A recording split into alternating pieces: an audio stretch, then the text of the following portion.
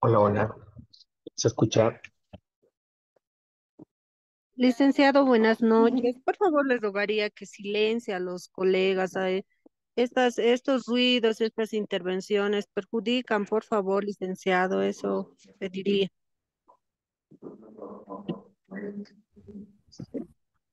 Ruidos de fondo. Sí.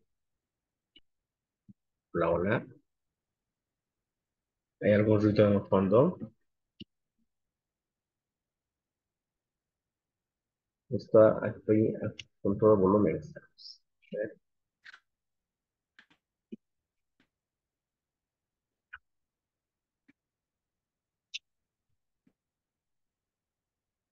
vamos a continuar entonces con los colores a la cera y al pastel y al óleo. Los colores a la cera, los pasteles al óleo son dos tipos de medios artísticos diferentes. Los colores a la cera se componen de pigmentos y cera, mientras que los pasteles al óleo utilizan pigmentos y aceite. A pesar de sus diferencias, ambos medios comparten muchas características técnicas. Ambos pintan por rotación y permiten el difuminado con los dedos. Se pueden disolver con esencia de trementina y se puede aplicar un fijador especial para proteger las obras.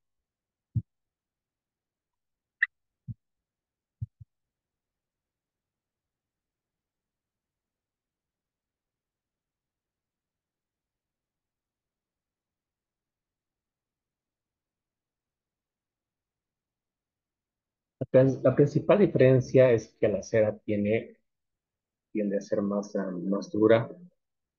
Perdón, son medios cubrientes que permiten pintar colores claros sobre oscuros. Ambos son difíciles de borrar y requieren raspar o cortar antes de intentar borrar con goma. La principal diferencia es que la cera tiende a ser más dura, menos maleable y más impermeable, formando capas gruesas y satinadas, mientras que los pasteles al óleo son más blandos y dúctiles, permitiendo veladuras más opacas e intensas. Técnica de colores a la cera y pasteles al óleo. Pintado por flotación y difuminación con los dedos. Estas y las siguientes características técnicas son aplicadas tanto a los colores a la cera como a los pasteles al óleo. Los colores cubrientes. Sobre una mancha pintada con color carmín oscuro, se aplica un color gris y el color blanco. Al cubrir el color de muestra que se puede pintar claro sobre un oscuro. Como pueden ver aquí, los colores pasteles se puede cubrir con un claro o con un oscuro sobre un color oscuro, ¿no? Se identifica el oro. Dibujando en negativo, la aplicación de un color oscuro sobre claro se hace suave para evitar la mezcla de ambos. Puede, se puede raspar y dibujar trazos negativos. Como en este caso, se puede raspar el color sobre otro para hacer un trazo negativo. Borrar es difícil. Al frotar una mancha puede disminuir la intensidad del color, pero no se elimina el color por completo. Como en este caso no se puede eliminar el color, queda sino un poco de su, de su consistencia. Resolución de lavados con aguarrás. Ambos medios pueden ser diluidos con aguarrás, pudiendo pintar aguadas como si fueran lápices acuarelables.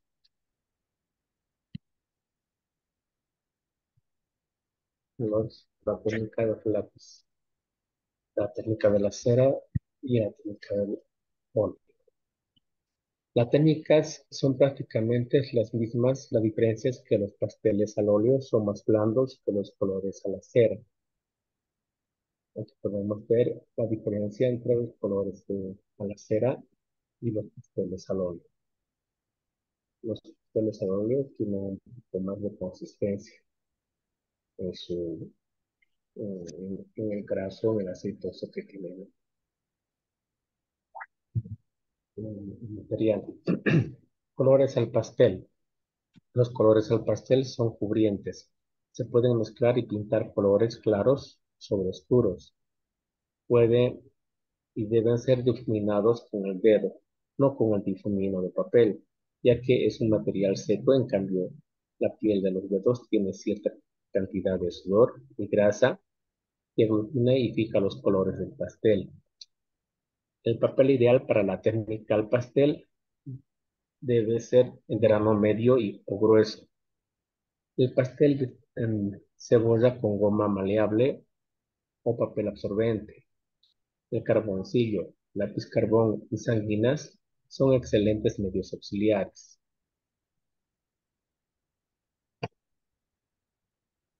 El papel puede ser fijado si se moja la baba con una goma de aceite, ya que el color no se intensifica.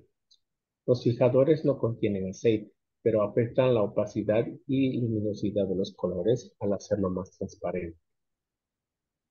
Se recomienda proteger los dibujos sin fijar con una hoja satinada y marcarlos con cristal y, o un passepartout en grueso para evitar daños.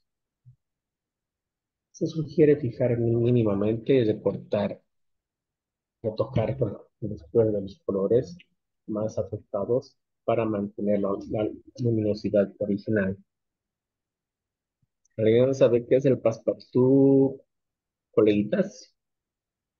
Mm, mm. El passepartout es Pastel. un marco de cartón, ¿no? Que se corta o se bisela una cierta inclinación para que se pueda proteger la hoja del vidrio, entre el vidrio y la obra de arte. Es un cartón que viene por números, ¿no? ¿Está bien? Continuamos. Técnicas en la pintura al pastel. El soporte rígido, tablero en vertical. Cuando se dibuja una persona, se puede poner el tablero en vertical para que tenga esa vista directa frontal del artista con el modelo. El pastel ha de ser trabajado con ayuda del caballete en posición vertical.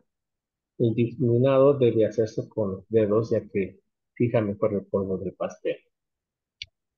Se dibuja con pequeños trozos, difuminando con los dedos, y aquí los trozos de colores. Borrando y dibujando con goma absorbente.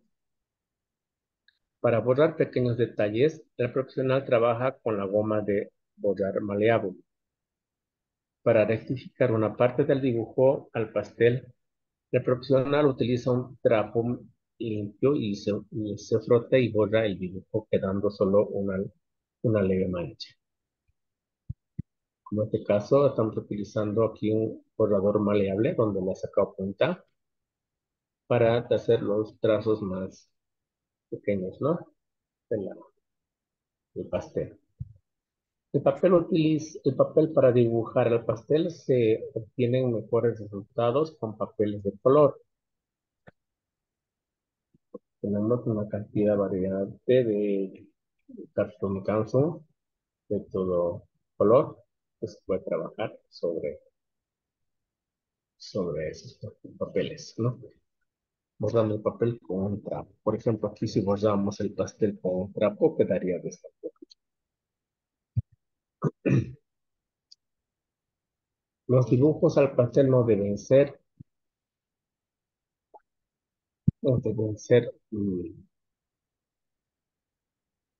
soplados con un spray, que el polvo del viento lo va a separar. Hacerlo utilizando un paño seguramente más delicado. Después de un difuminado se debe limpiar con un papel. El papel porque se mancha su- con otros colores. Los lápices sanguíneas cretas son auxiliares del pastel. Se puede utilizar los lápices como una técnica mixta sobre el pastel, utilizando carboncillos, sanguíneas en el trabajo. Se protege el dibujo con una hoja de papel.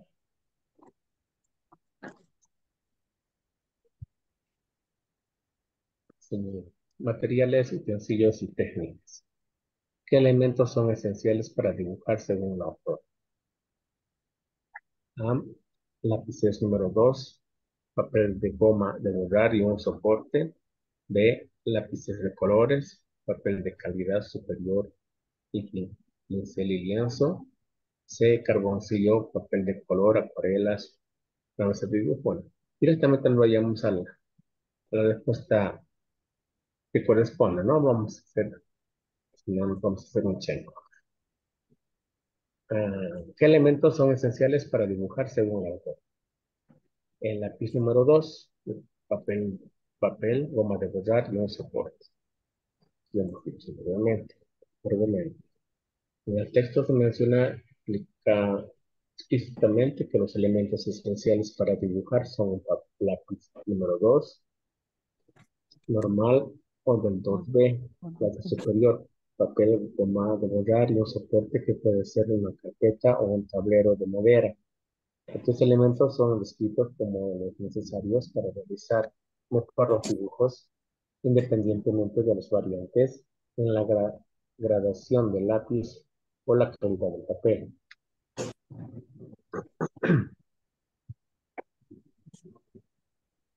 ¿Qué se menciona como opción alternativas lápiz y papel en el proceso de dibujo?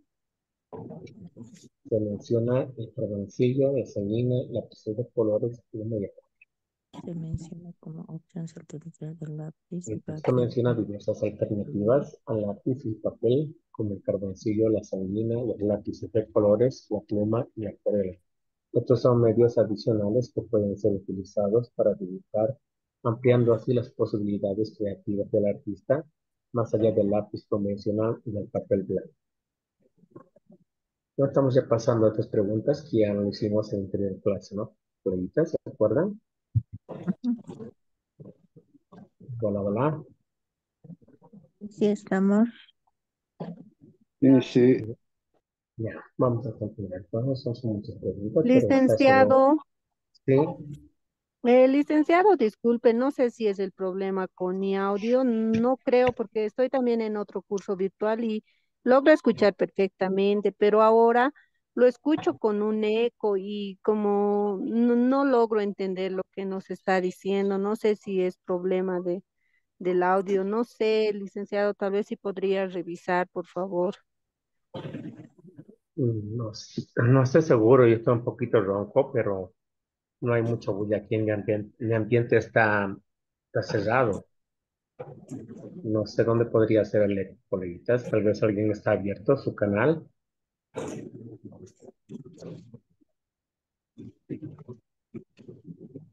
No sé, a alguien parece que tiene abierto su canal porque yo estoy en un lugar cerrado. No tengo ninguna, ningún eco, ¿no? Bueno, entonces continuamos, ¿ok? Materiales, utensilios y técnicas. ¿Cuál es la importancia del dibujo en relación con otras formas de arte? Es el arte primordial de todas las artes plásticas. Según el texto, el autor describe el dibujo como el arte primordial de todas las artes plásticas. Esto significa que el dibujo no solo es fundamental en sí mismo, sino que también sirve como base y herramienta esencial para otras formas de arte como la pintura, escultura, la decoración, entre otros campos creativos. Esta afirmación destaca la importancia central del dibujo dentro del panorama artístico y su relevancia en múltiples disciplinas.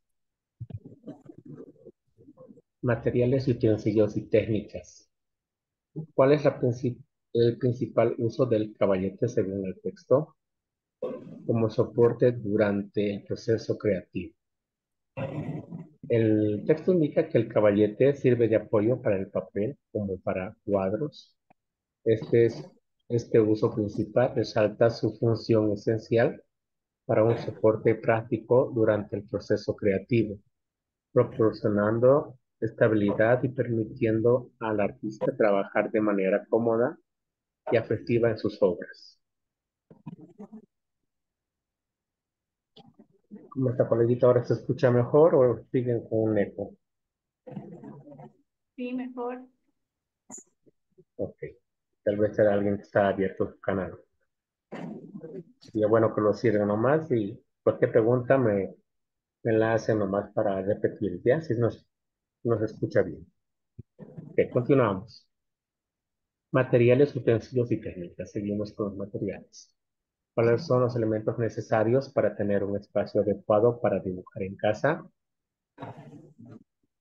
Nos hemos dicho que el material adecuado, la iluminación amplia, la iluminación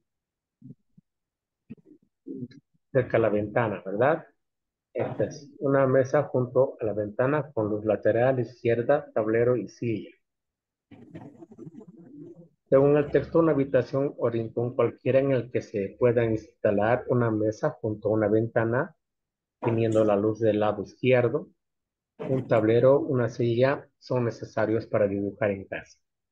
Esto destaca la importancia de que un espacio simple pero funcional, que incluya una mesa colocada estratégicamente cerca a una ventana para aprovechar la luz lateral izquierda, junto a un tablero, una silla para comodidad del artista durante el proceso de dibujo.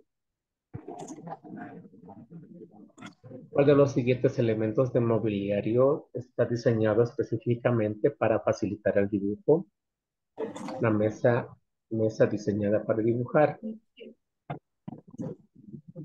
Según el texto menciona un modelo de mesa diseñado especialmente para dibujar, indicando que este elemento está específicamente diseñado para esta función. O sea que la mesa para dibujar debe ser ligeramente inclinada y no tan grande, sino para la comodidad del artista. ¿Cuál de los siguientes tipos de papel se considera adecuado para dibujar según el texto? El papel alisado tipo offset. Según el texto menciona que, exceptuando papeles especiales como los metalizados, platificados o muy finos, como el papel de seda, todos los demás papeles son válidos, pero dibujar incluyendo el papel alisado tipo offset.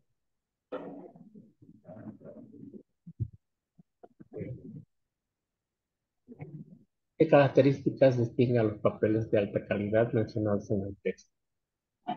Contienen un alto porcentaje de trazos. El texto señala que los papeles de alta calidad, como el Canson, Destroyer, Watchman y Grumbacher, tienen pasta que contienen un alto porcentaje de trapos, lo cual es indicativo de su calidad superior en comparación con papeles de calidad corriente fabricados con pulpa de madera y procesos de máquina.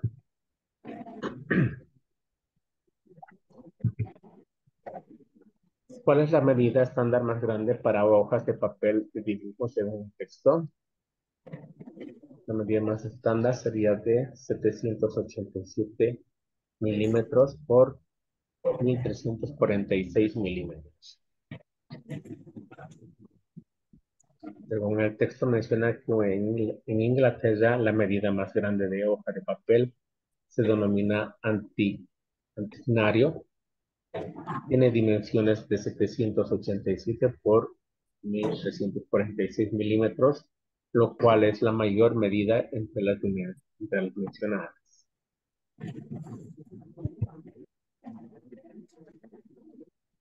¿Qué características de papel de dibujos lo hace ideal para pintar a la acuarela según el texto? Enfocado por cuatro lados, encolado por los cuatro lados, El texto explica que algunos papeles para pintar a la acuarela están encolados por los cuatro lados sobre un grueso cartón, formando una unidad compacta que mantiene el papel tensado en condiciones ideales para pintar.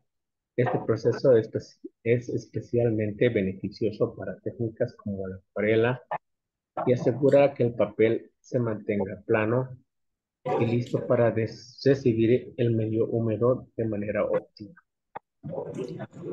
Alguien está con su otro taller paralelamente, creo que está trabajando en dos talleres. Alguna coleguita, se escucha su eco. Por favor, si lo pudiera apagar, ¿ya? El micrófono podría apagarlo, por favor. Ok, gracias.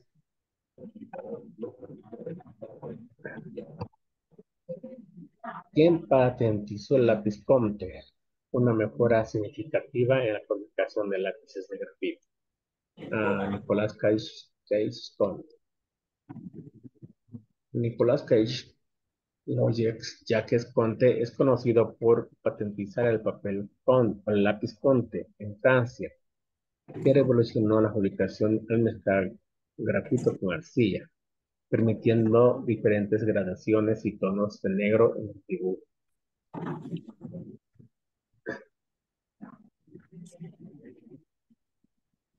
¿Qué descubrimiento importante realizó Nicolas Jacques Conte, además de patentar el lápiz Conte? La fabricación de lápices a medida de mina blanda y dura.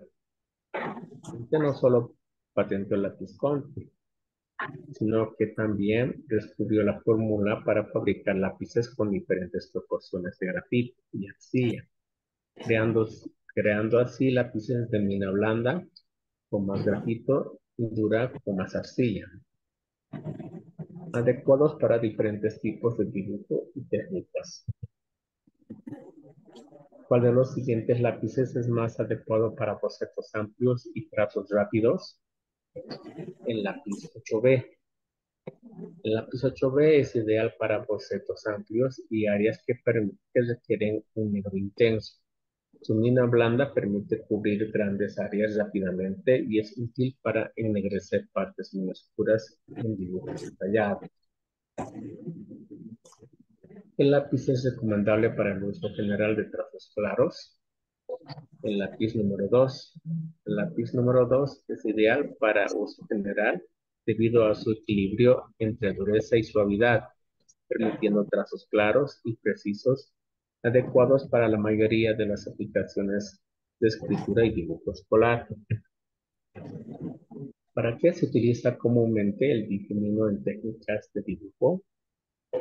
Para frotar y infundir trazos o zonas dibujadas. El difumino es una herramienta diseñada específicamente para difuminar la suavidad de trazos hechos con lápiz, carboncillo, sanguíneo, entre otros medios, permitiendo gradaciones suaves y degradados en el dibujo. ¿Cómo se describe el uso típico de difuminos con diferentes grosores? Un difumino grueso para zonas intensas y uno delgado para difuminados suaves. Los artistas suelen emplear difuminos de diferentes grosores. Los grosores son útiles para difuminar áreas grandes e intensas, mientras que los delgados son ideales para detallar y difuminos suaves en técnicas de dibujos y sombreado. ¿Cuál es una ventaja principal de dibujar con los dedos en lugar de usar difuminos de papel? Es mejor adaptación a las rugosidades del papel. Los dedos se adaptan fácilmente a la textura del papel, permitiendo un difumino más eficaz y uniforme en áreas irregulares, lo cual es crucial para lograr efectos suaves y naturales en el dibujo. ¿Cuál es la ventaja principal de difuminar con los dedos en lugar de usar difuminos de papel? Mejor adaptación a las rugosidades del papel. Los dedos se adaptan fácilmente a la textura del papel, permitiendo un difuminado más eficaz, ¿no? ¿Cuál es la posición recomendada para dibujar que permite un movimiento fluido del lápiz sin interrumpir el trazo? Eh, Sería cuál estaríamos inclinando a ver aquí. Esta posición permite que el artista mantenga una distancia adecuada entre 45 y 65 centímetros desde los ojos del papel, como se muestra en las figuras 165. Esto es el A, Además, ¿no? facilita una sujeción del lápiz desde arriba, lo cual es ideal para realizar trazos continuos, precisos, sin necesidad de levantar la mano o interrumpir el dibujo. Ah, después es el A, ¿no? Por ¿Alguien está con su favor, micrófono? Por apagar favor, los audios. podría apagar el audio. Mira, frisadito o con pluma. Hola, hola. ¿Alguien está con su audio, por favor? Licenciado, ¿no podría si Silenciarlos. No estoy a cargo del, del Zoom. El que está a cargo está ahorita. A ver, no se trata de silenciar. Ya, ya está. Licenciado, la respuesta es el A, ¿no? Hola.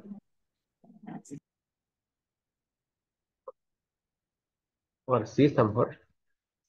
Sí, licenciado, la respuesta de esta pregunta es el A, ¿no? Am, Esta pregunta es, ¿cuál sería para realizar la piscina? ¿Cuál es la posición recomendada para dibujar que permite un movimiento fluido del lápiz? Si el tablero ligeramente inclinado tendría que ser ligeramente inclinado, porque está aquí en 45 centímetros y más o menos. ¿O no es el Esa. A? Creo que es el A, dice. Cuando está directamente, creo que es el tablero de pie es el vertical. Sí, como hemos visto la figura, ¿no? Como vimos el dibujito cuando está como un modelo de frente, es vertical, sí, está bien. De pie y de vertical, ¿no? Sí, sí, el A, pues, sí, dice. Sí, en la sería cortar un raya de aquí. Sí, está bien. Ok. Estoy un poco medio desorientado, van a disculpar. ¿Cómo se logra un trazo más ancho con un lápiz de madera? Cosiendo el lápiz con el palo dentro de la mano. Al sostener el lápiz de madera con el palo dentro de la mano, inclinado a unos 30 grados o menos, se amplía la cuña de la mina y se logra un trazo más ancho, ideal para técnicas de sombreado y dibujo expresivo. ¿Qué técnica se recomienda para ennegrecer progresivamente una forma en el dibujo? Girar lentamente el lápiz mientras se dibuja y traza. Girar lentamente el lápiz mientras se dibuja y traza permite controlar la intensidad del grafito depositando sobre el papel, logrando un degradado gradual y suave que es efectivo para ennegrecer progresivamente partes específicas de un dibujo. ¿Cuál fue el primer material utilizado por el hombre para dibujar según el texto? El primer material fue el carboncillo. Según el texto, el carboncillo fue el primer material utilizado por el hombre para dibujar. Es una llama carbonizada de sauce, vid o nogal, que ha sido utilizado desde la antigüedad por los griegos, romanos, artistas medievales y del Renacimiento para realizar dibujos y proyectar murales, para proyectos murales. ¿Cómo se caracterizan las gradaciones del lápiz carbón según el texto? Se caracterizan porque son blandos, medios y duros. Según el texto, las gradaciones del lápiz carbón se caracterizan por ser blando, medio y duro. Estas gradaciones indican la suavidad y dureza de la mina del carbón vegetal mezclada con sustancias aglutinantes y están diseñadas para ofrecer diferentes intensidades y texturas en el dibujo.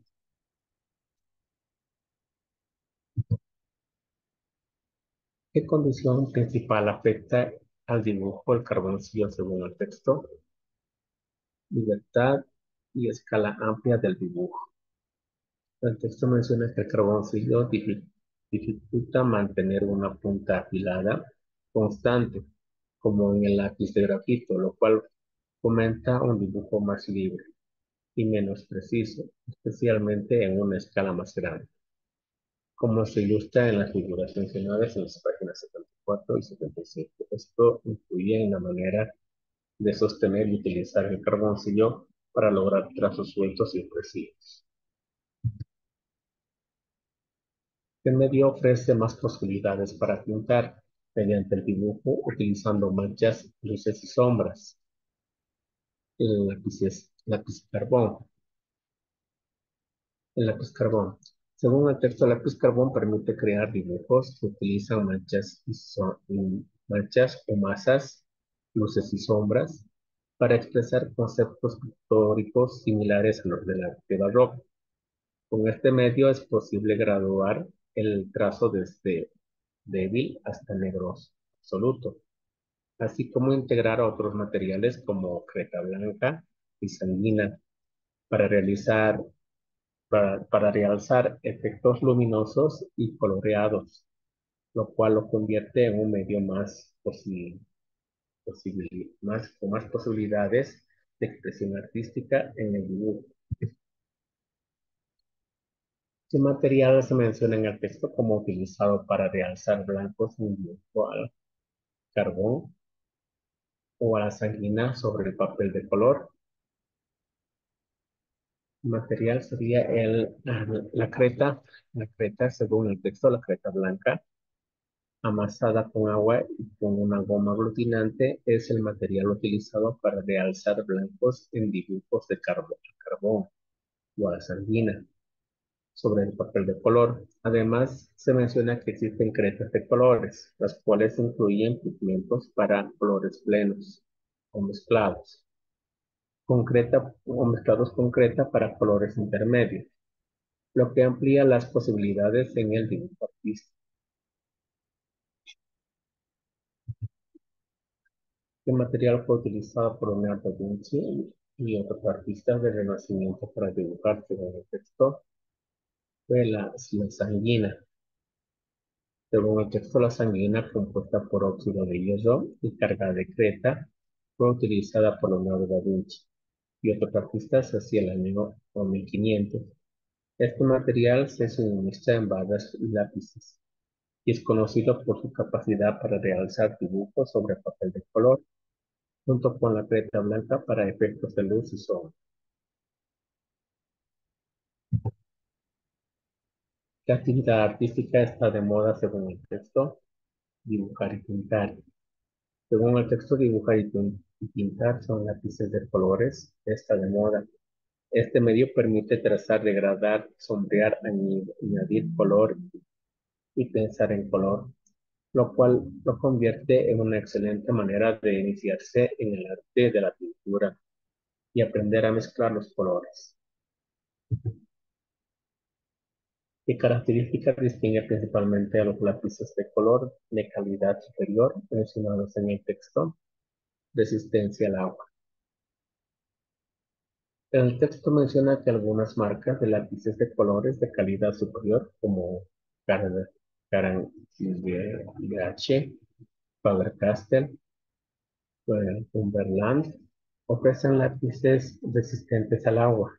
Además que destaca que los lápices de Caran DH son siempre acuarelables y que Faber-Castell ha lanzado los lápices acuarelables Albrecht Dürer.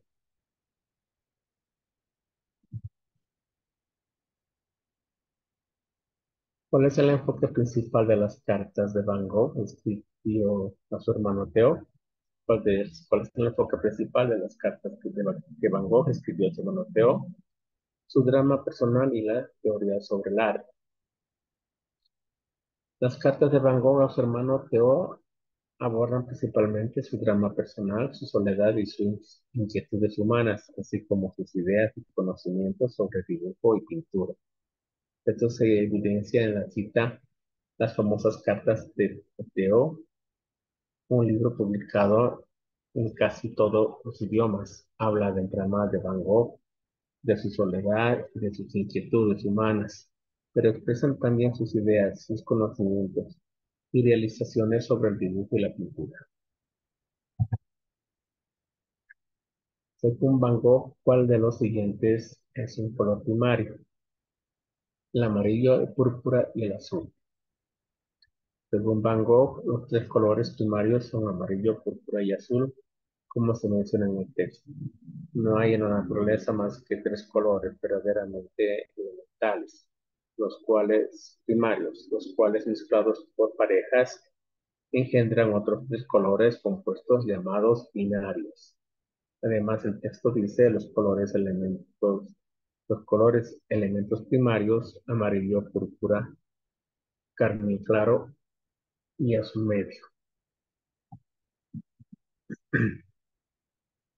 ¿Cuál es una ventaja de dibujar con lápices de colores acuarelables?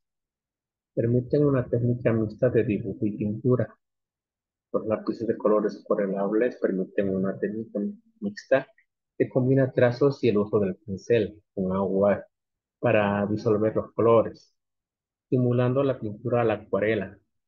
Esto se menciona claramente en el texto. He aquí un medio el de los lápices de colores acuarelables que permite degradar, perfilar, construir mediante trazos y que además permite el uso de pincel y del agua, disolviendo los colores como si una pintura, como si una pintara a la acuarela. Una técnica mixta, ¿sí? Con dos procedimientos en uno y son prácticamente inseparables. ¿Cuál es una característica de los rotuladores mencionado en el texto? Usan tinta a base de xileno. Según el texto menciona que la tinta de los rotuladores está hecha básicamente de pigmentos y alcohol, específicamente de xileno. Como se puede ver en la tinta está hecha básicamente de pigmentos y alcohol. En realidad, xileno es una solución parecida al alcohol.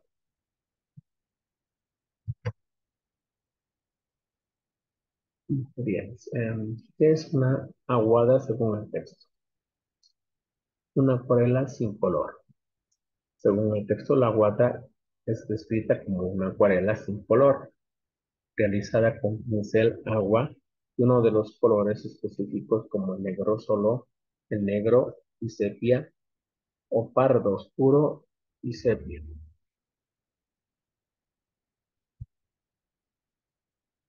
¿Cuál de los siguientes materiales no se menciona para la práctica de la técnica de la aguada? Lápiz de cera, o pincel de cera.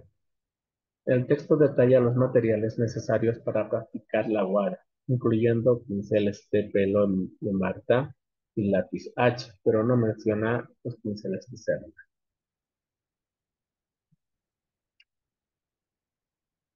¿Qué características distinguen a los colores, a la cera y los pasteles al óleo? Se pueden discriminar con los dedos. Según el texto, los colores de cera, como los pasteles al óleo, pueden ser discriminados con los dedos, lo cual es una característica común entre estos dos medios. ¿Cuál es una ventaja de los colores del pastel mencionada en el texto? Se difuminan fácilmente con los dedos. Según el texto, todos los colores de cera, como los pasteles al óleo, pueden ser difuminados con los dedos, lo cual es una característica muy entre estos dos medios.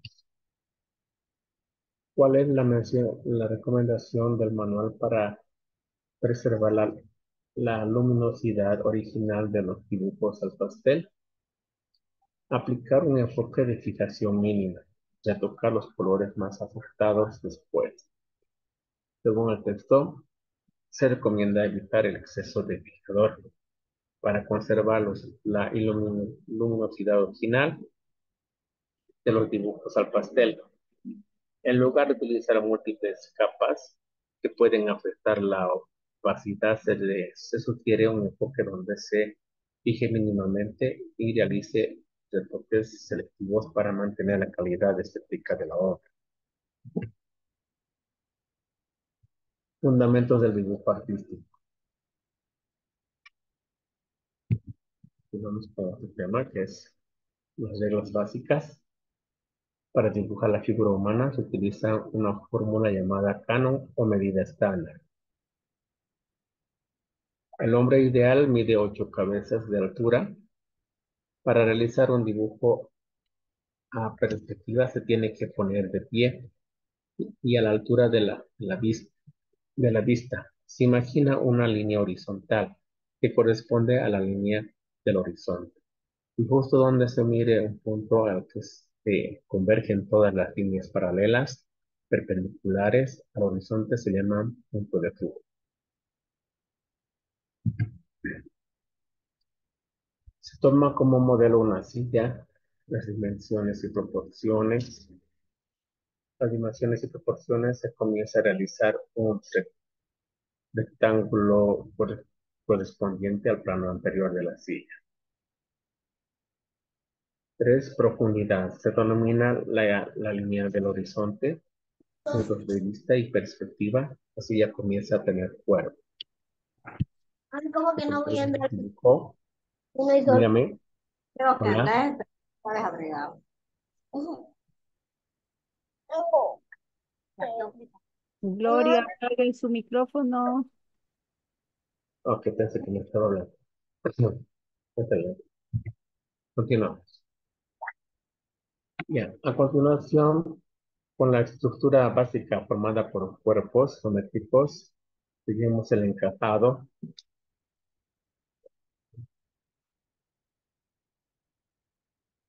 Seguimos el...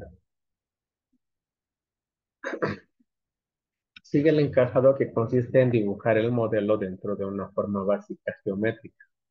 Finalmente, dibujamos las luces y sombras que ofrece el modelo, ¿no? Primero, entonces, haríamos esta parte casi en un dibujo rápido, es un croquis, luego un boceto y el abajo el dibujo final, ¿no?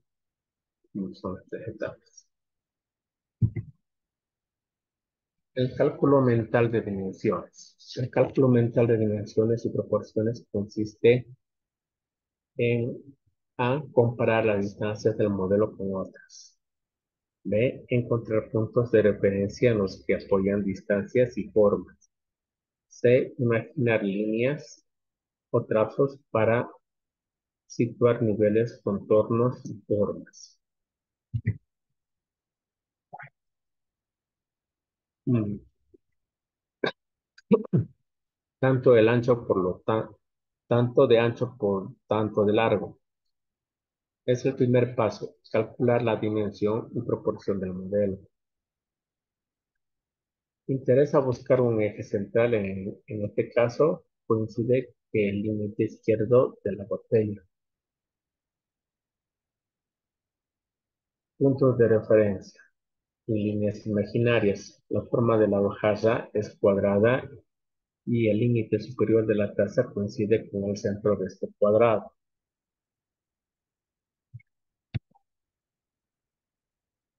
El cálculo de dimensiones compara y determina, por ejemplo, que la altura de esta taza es igual a 2/3 del ancho total incluida el asa, que la manzana como una esfera mide igual de alto que de ancho. El cálculo real de dimensiones y proporciones. Representación proporcional en el dibujo. En el dibujo proporcional significa representar lo que se ve manteniendo las diferencias de tamaño relativas entre los elementos del modelo. Se destaca la necesidad de mantener esta relación al dibujar elementos. Para comprender mejor qué es proporcionar, en la imagen se manifiesta una proporción cuya cabeza es desproporcionadamente grande en relación con el cuerpo.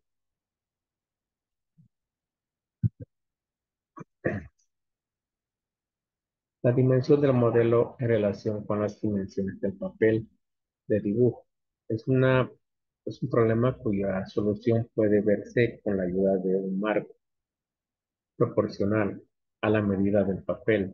Según este marco se acerca o aleje del punto de vista del artista, la dimensión será mayor o menor.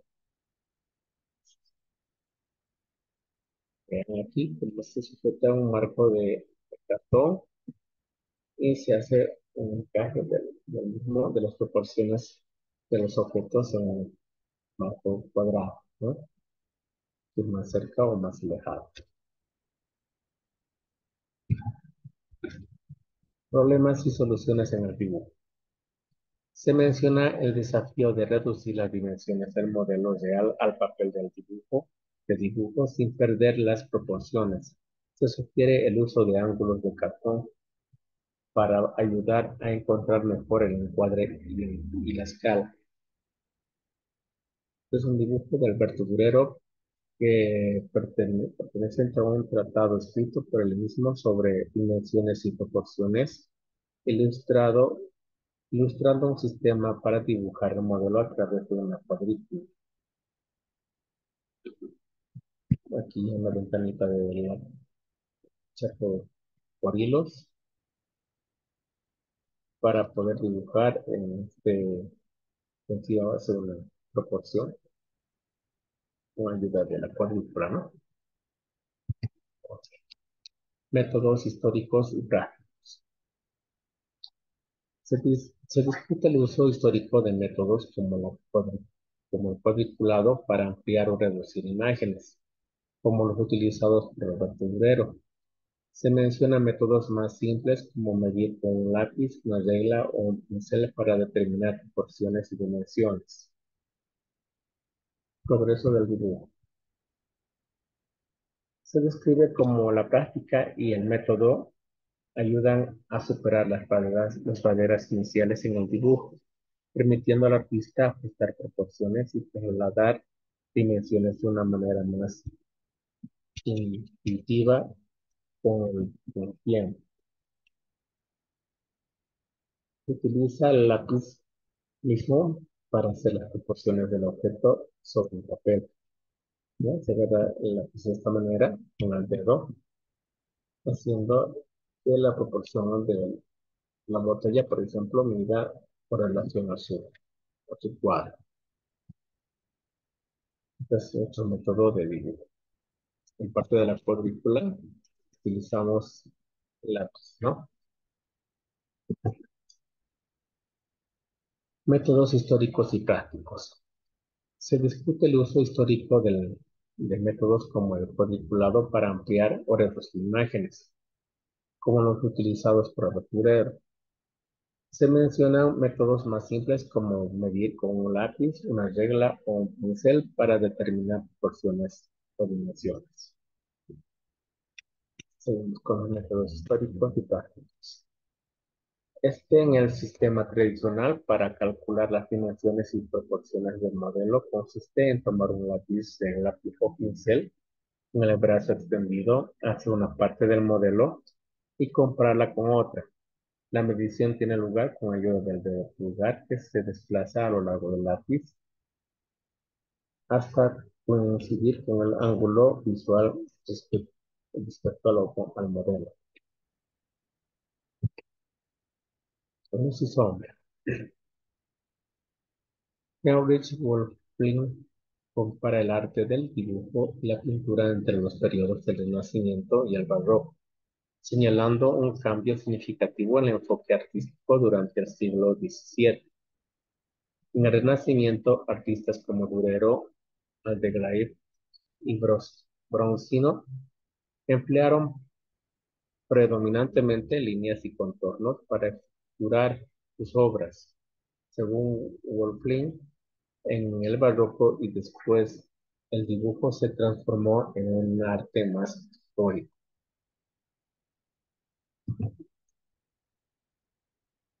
Métodos históricos y prácticos. Se discute el uso histórico de métodos como el cuadriculado para ampliar o reducir imágenes como los utilizados por Roberto Durero. Estamos repitiendo, ¿no? Entonces, este enfoque permitirá al artista pintar dibujando, utilizando tonos, matices y degradados para crear imágenes que permitieran un significado más profundo y una mayor belleza estética.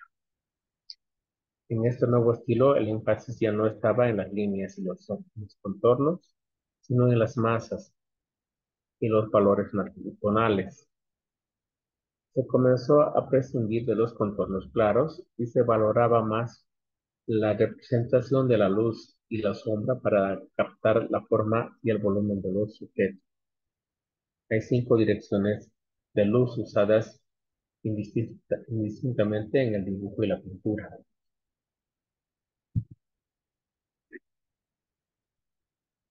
Luz frontal lateral. La luz incide desde un ángulo de 45 grados. Es la dirección de luz que explica mejor la forma y el volumen. Luz lateral.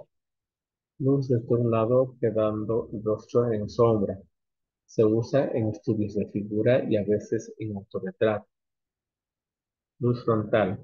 Es la que llega al modelo de frente. No produce sombras. Es poco indicada para dibujar. Contraluz. La luz deja el modelo desde atrás, ensombreciendo los planos que se ve al artista, usando en pintura moderna de tipo figurativo.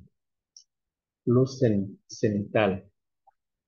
La luz natural procedente de una abertura o ventana algo elevada proporciona una dirección y tonalidad ideal para dibujar o pintar.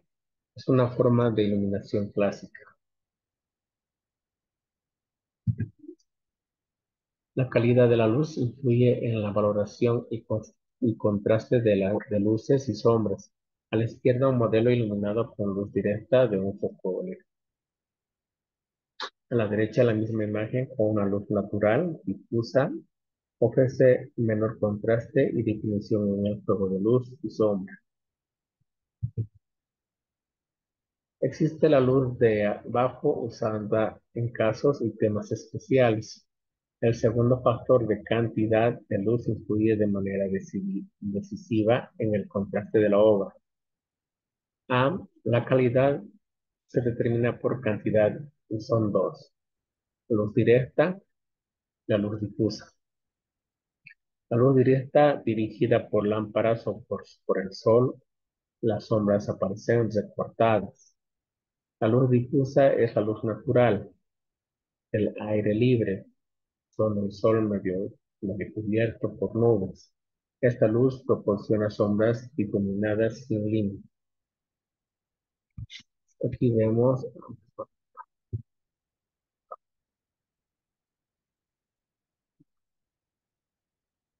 las partes de la sombra, de la luz y la sombra en este objeto, en esta esfera, donde se nombran cómo cómo se ve, ¿no? Por ejemplo, aquí la luz principal que choca sería el claro, el tono más claro, pues el color propio del objeto.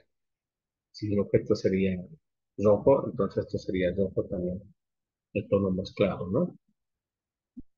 Entre la sombra de lo propio del objeto se encuentra en la parte de atrás, se encuentra en la penumbra. Sería una zona entre la sombra y el tono. Luego está la sombra reflejada y la sombra propia del objeto, que es un tono más oscuro, donde se encuentra en la parte de abajo y donde se va alejando del objeto ya con el reflejo de la luz que está en la pared o en el papel, entonces se va la sombra degradando. Entonces, continuamos. Entonces,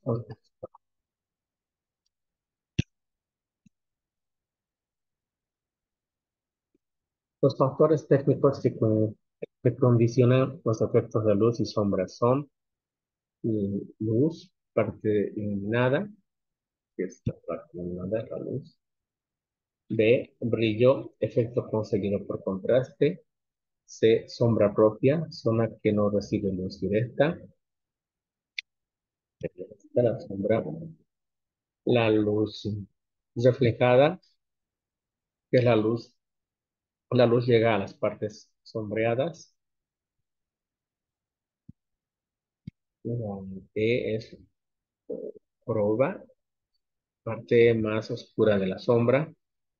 La F es la penumbra, zona intermedia de luz y sombra. La G es la sombra proyectada, sombra que proyecta el modelo. ¿No? Aquí son todas las partes de una figura y las sombras que se encuentran en cada inciso. Por ejemplo, la A está en la luz directa donde va directamente el brillo del objeto, ¿no? La B es también el brillo. La C estamos hablando de que es la sombra propia del objeto, como la parte de atrás. La D estamos hablando de la luz reflejada, una parte de la sombra de la luz, que es como la E es la prueba que presenta luces y pendones debajo de un lentón o de una abertura del objeto. Se llama proba, en este caso es reflejada. Y F es la penumbra donde llega entre la sombra y la luz. No es tan oscuro como la sombra. Y la G, que sería la sombra propia, se encuentra debajo del objeto. Es la sombra que refleja el objeto. Ok. Valoración. La valoración consiste en determinar y resolver las diferentes tonalidades que se observan en el modelo. Se refiere a los tonos y son fundamentales para representar el volumen, la tercera dimensión y la profundidad de las obras artísticas. Aquí tenemos una escala de valores del color negro, del blanco hasta el negro. Por esta escala podemos hacer que el objeto presente un volumen. Valorar implica comparar mentalmente los tonos y matices, identificar cuáles son más oscuros, más claros o intermedios, mediante un proceso continuo de comparación y clasificación. Hay tres normas para facilitar su comparación.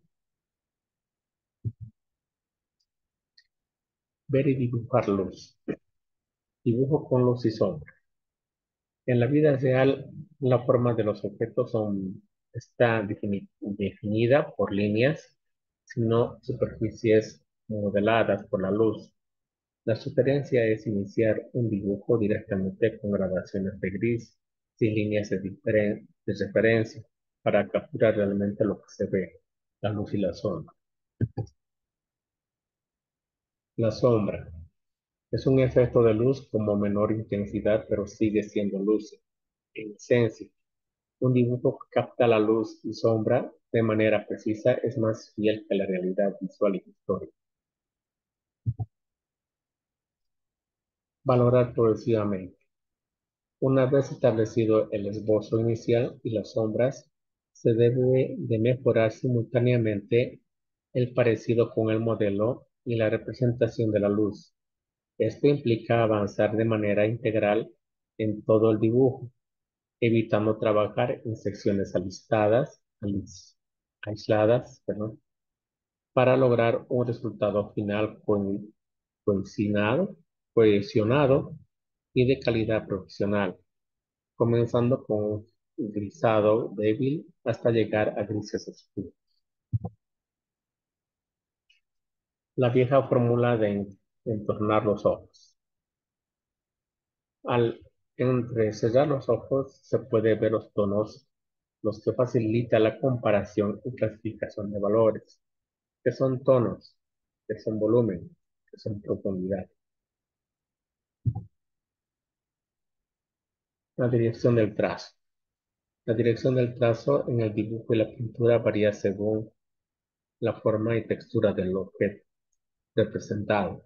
La mayoría de los artistas eligen trazos que se adecuan lógicamente y la estructura del modelo, envolventes para cuerpos, horizontales para cielo y nubes. En general, la norma es adaptar la dirección del trazo para mejorar la representación visual. La iluminación, la valoración y el contraste es crucial en la expresión artística según Hegel.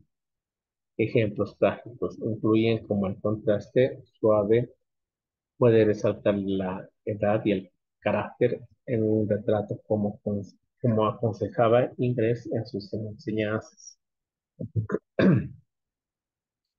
En las imágenes se puede observar la dirección del trazo, que está condicionada por la forma y textura. Técnica del lápiz plomo. La ley de contraste se expresa diciendo, un blanco resulta más claro cuando más oscuro es el tono que le rodea. Un gris es más intenso cuando más claro es. Al dibujar una forma gris sobre el fondo blanco, parece más clara que la misma forma sobre el fondo negro. En términos prácticos, para resaltar brillos en objetos como cristales o superficies metálicas, es necesario oscurecer el tono alrededor. Al oscurecerlos ayuda a clarificar ópticamente los brillos y acentuar el contraste. Además, ningún artista puede representar adecuadamente brillos y reflejos de luz sin reservar blancos puros del papel para destacarlos, utilizando un blanco ligeramente grisáceo para otras áreas blancas en el dibujo.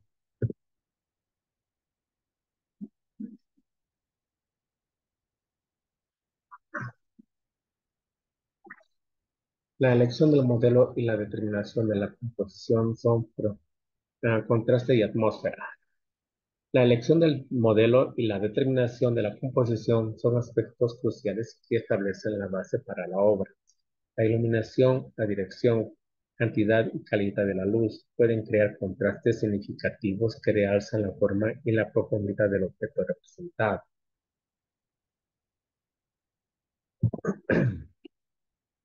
Durante el proceso de dibujo o pintura se destaca la capacidad de ajustar tonos y contrastes para definir mejor las formas. La atmósfera simula el espacio del aire libre entre el observador y el objeto.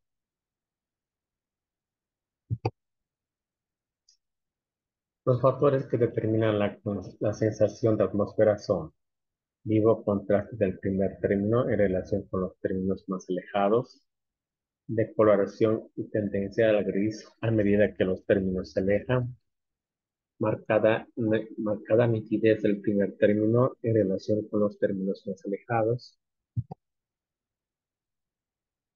Los cuerpos tienen vida porque tienen color y reflejan luz a la luz vibra. Y la luz vibra. Cuanto más se alejan los objetos, más pálido y grisáceo es su color y menos determinadas sus sombras. La figura humana. Clase de dibujo donde se representa una figura desnuda, al natural.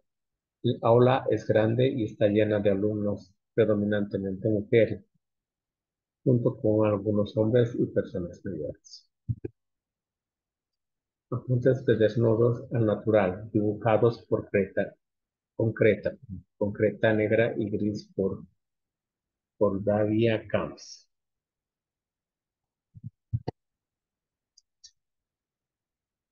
El canon de la figura humana. El canon el canon, una fórmula perfecta para encajar y proporcionar la figura humana, partiendo de la altura de la cabeza como medida básica. El primer canon lo estableció Policleto en el siglo V a.C. El canon de la figura humana ideal es de 8 cabezas de alto por 2 de ancho. La proporción del cuerpo visto de frente es igual a las 8 cabezas de alto por 2 de ancho. El nivel de los hombros se se sitúa en un tercio del módulo. Las tetillas coinciden con la línea divisoria del módulo. Número 2. La separación entre tetilla y tetilla es igual a un módulo alto de cabeza, o sea, altura de cabeza. 5. El ombligo queda un poco más abajo del módulo. Número 3. Estamos hablando del ombligo. 5. 6. Los codos se sitúan al nivel de la cintura. Los codos se encuentran al nivel de la cintura y del ombligo. 6, 7. El pubis se halla en el centro del cuerpo. 8. La rodilla queda encima del módulo. Número 6. 9. Viendo la figura de perfil, la pantorrilla sobresale del nivel vertical, dado por las nalgas y el omóplato. El cuerpo femenino es un poco más bajo que el masculino. Los hombros son más estrechos. Las manos se sitúan más abajo. La cintura es más ceñida. Las caderas son más anchas. De perfil, la nalga sobresale. Anatomía, estructura de la figura humana. La anatomía artística es necesaria para el dibujo de la figura humana. Para aprender anatomía se, se estudia decenas de imágenes sobre el esqueleto, músculo y tendones del cuerpo humano. Miguel Ángel, los artistas del Renacimiento, demostraron la necesidad de comprender la anatomía para representación precisa. Es la anatomía del cuerpo humano. Son unos dibujos en el contraposio o contraposto. En el Renacimiento se define hoy como posición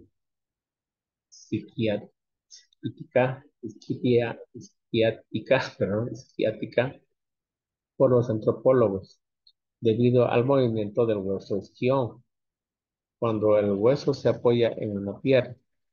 Esta postura afecta la posición del tórax, la clavícula, los hombros y la columna vertebral.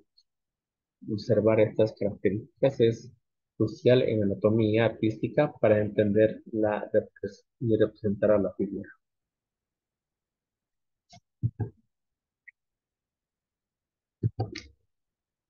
Pintura clásica mostrando la anatomía muscular en una figura vista de frente. La figura vestida. Al dibujar telas de diferentes tipos y texturas sobre diversas superficies como mesas o sillas, ayuda a resolver problemas de volumen y modelado, siguiendo los principios de Leonardo da Vinci sobre cómo el ropaje debe adaptarse al cuerpo para no aparecer estático. Se recomienda trabajar con luz artificial y utilizar medios como carboncillo o creta sobre papel grande, observando cómo las telas forman pliegues y arrugas según la posición del cuerpo.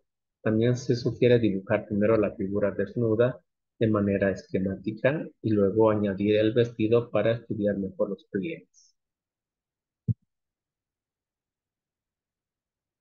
En el 400, Cennino Cennini estableció un canon para la cara basada en las divisiones específicas, incluyendo la altura de la cabeza desde el perfil superior del cráneo hasta la barbilla, incluyendo el cabello. Los elementos de la cara son los siguientes. El perfil superior del cráneo, descontando el grueso del cabello. El A o B, el nacimiento del cabello. C, la situación de las cejas. D, la situación de los ojos. E, la parte inferior de la nariz, F, el perfil del labio inferior, G, el perfil inferior de la barbilla. Estas serían las 5 líneas horizontales que definen desde el cráneo hasta la barbilla. Como el cabello es abultado, no se ve exactamente dónde empieza, ¿no?, la cabeza. La línea D es la mitad del- de la cabeza, donde se encuentran los ojos, la pupila del ojo, ¿no?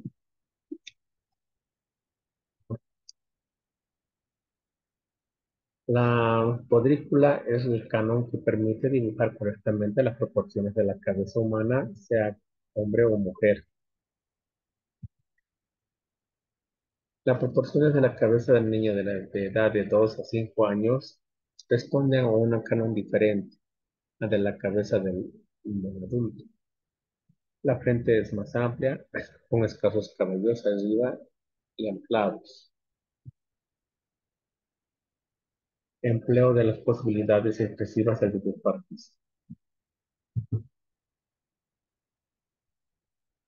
Estos son unos ejemplos de dibujo de la figura humana y de la cabeza por José Manuel Aguera, ¿verdad?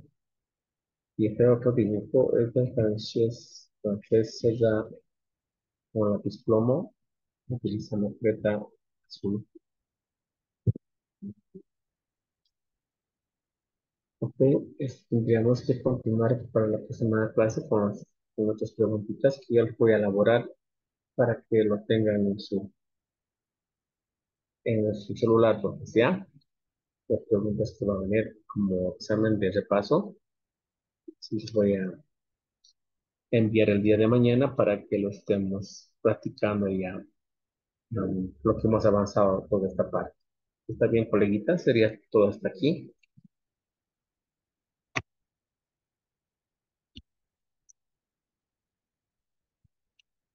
¿Verdad? Profes, buenas noches. ¿Cómo están? Sí, Licen, está bien. Está bien, ¿no? Sí, Lice, está bien. Profe, ¿te escuchó?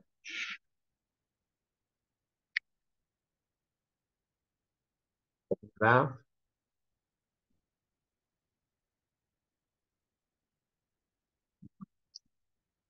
Estas preguntitas vamos a elaborarlas tipo examen como estaban en Educaplay para que podamos repasarlo el día de mañana de una forma rápida y luego continuamos con el otro contenido. Pues, ¿está bien? ¿Ok? Sí, licenciado, está bien, gracias. Sería todo hasta Lice, para hoy día. Sí, dígame, profe. licenciado, estas diapositivas nos va a enviar por el WhatsApp, por el grupo. No están grabando, licenciado, están grabando. El video va a ser que lo van a reenviar por el grupo. Ah, ya, está bien. ¿Está bien? Pero yo los voy Sí, voy a sacar el simulacro y lo voy a hacer especialmente para que lo tengan en Educaplay. Ok, todas las preguntas, esta última parte, ¿no? De dibujo, de la figura humana, del, ah, del canon de la cabeza, todo esto, lo que hemos visto, lo voy a hacer otro simulacro. Muy bien, está bien, Lice. coleguitas. Ok, entonces hasta mañana, que les vaya bien. Muy buenas noches. Sería eso todo por Mañana. ahora. Ana, Hasta mañana, Liz. Buenas noches. Buenas noches. Buenas noches.